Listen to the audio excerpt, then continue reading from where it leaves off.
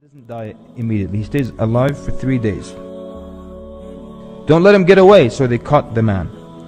And so then he commands Ju'd ibn Hubayra to lead the salah, lead the people in prayer. And he tells his sons and he tells the people, a soul for a soul. If I die, kill him as he killed me.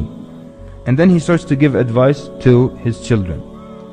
So he tells them, O sons of Abdul Muttalib, do not shed blood, saying Amir al-Mu'mineen has been killed. Verily none should be killed except my killer. He learned from the experience of Uthman radiallahu anhu. And then he tells Al-Hasan, he says, listen Ya Hasan, if I die, whoever struck me this blow, then it's a blow for a blow. Do not disfigure the dead body.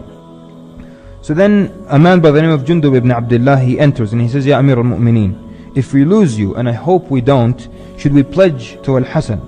And Ali radiallahu anhu says, I do not order you, nor do I prevent you. And you know better. So then he calls Al-Hasan and Al-Husayn and he starts to give them very beautiful advice. These are now his parting words. So he tells them, I advise you with the taqwa of Allah. And do not desire the dunya, even if it calls you to it.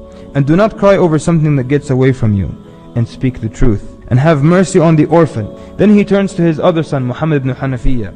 And he tells him, have you learned what I advise your brothers with? He says, yes, it applies to you as well. And then he tells him, I advise you with the same, and I advise you to have respect for your brothers, because of the great rights that they have upon you. And do not undertake any affair without them. Then he turns to Al-Hasan and Al-Husayn. He says, I advise you to take care of him, for he is your brother and the son of your father, and you know that your father used to love him. Then he tells Al-Hasan, he tells him, O son, I advise you with the taqwa of Allah, and establishing salah, and paying the zakah in its place, and perfecting the wudu, for there is no salah except with tahara.